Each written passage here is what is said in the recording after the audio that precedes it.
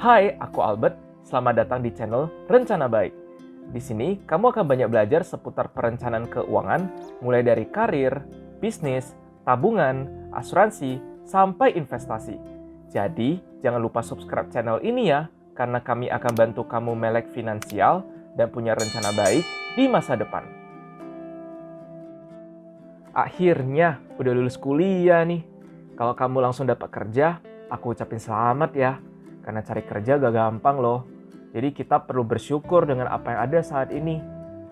Fase hidup ini bisa saja jadi cukup menantang. Lantaran selama ini kan kamu disupport oleh orang tua. Sekarang kamu jadi harus bisa memenuhi kebutuhan sendiri deh. Tapi biasanya kan gaji fresh graduate pas masuk awal-awal itu gak gede-gede amat ya. Gimana ya cara kelolanya supaya bisa nabung dan investasi? Nah, di video kali ini aku akan ajarin kamu gimana caranya mengatur keuangan walau dengan gaji fresh graduate.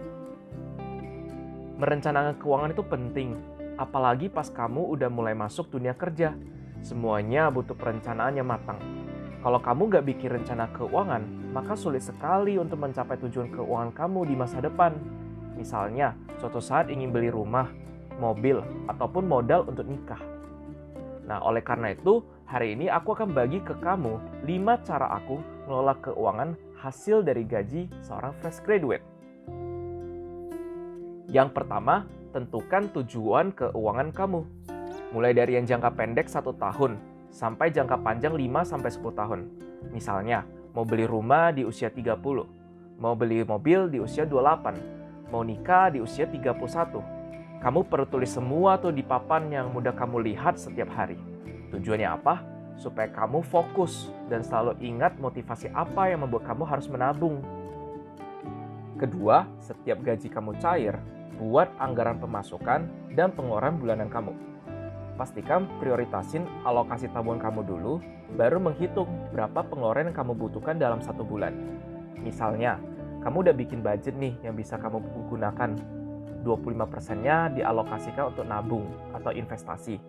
Kebutuhan hidup seperti makan, tempat tinggal, pulsa, listrik, transportasi itu 50%. Nah, cicilan kendaraan 20%, dan yang terakhir beramal 5%.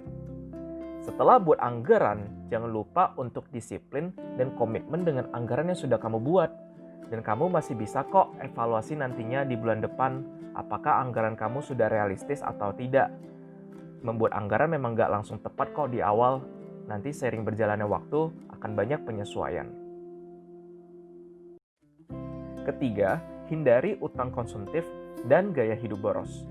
Terkadang lingkungan itu bisa sangat mempengaruhi gaya hidup kita, termasuk bagaimana menghabiskan uang. Bukan berarti kamu harus menjauhi pergaulan teman-teman kamu yang sekarang, tapi penting untuk berani berprinsip dan disiplin terhadap tujuan keuangan dan anggaran yang sudah dibuat. Hindarin penggunaan kartu kredit untuk hal yang berbau konsumtif, karena ingat, beli pakai kartu kredit berarti kamu nambahin hutang loh di akhir bulan. Jangan sampai nanti gagal bayar, nanti jadi ribet urusannya.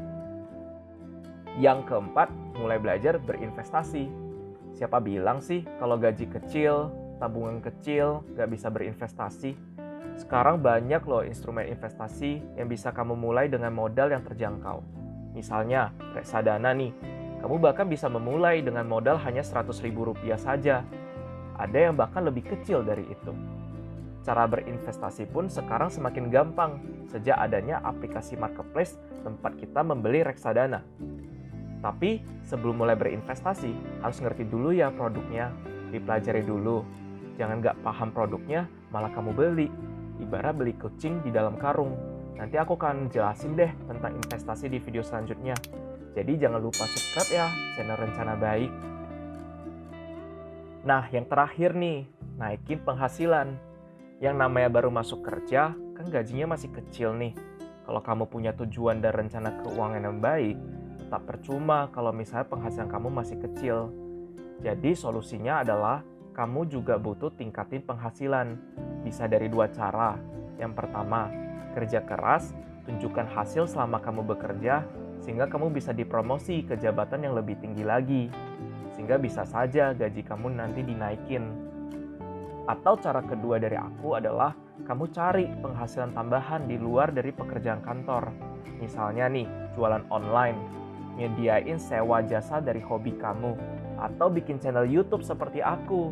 Siapa tahu bisa jadi rezeki tambahan, sehingga tujuan keuangan semakin cepat tercapai. Jadi, itu deh 5 cara yang aku lakukan untuk bisa tetap nabung walau gaji fresh graduate masih relatif kecil. Gak apa-apa mulai dari yang kecil, yang penting ada dulu deh. Karena sedikit demi sedikit, lama-lama jadi bukit kan. Sampai sini saja dulu ya video kali ini. Semoga bermanfaat. Jangan lupa like, komen, share, dan subscribe ke channel Rencana Baik agar kamu bisa melek finansial dan punya rencana baik keuangan di masa depan. See you in the next video.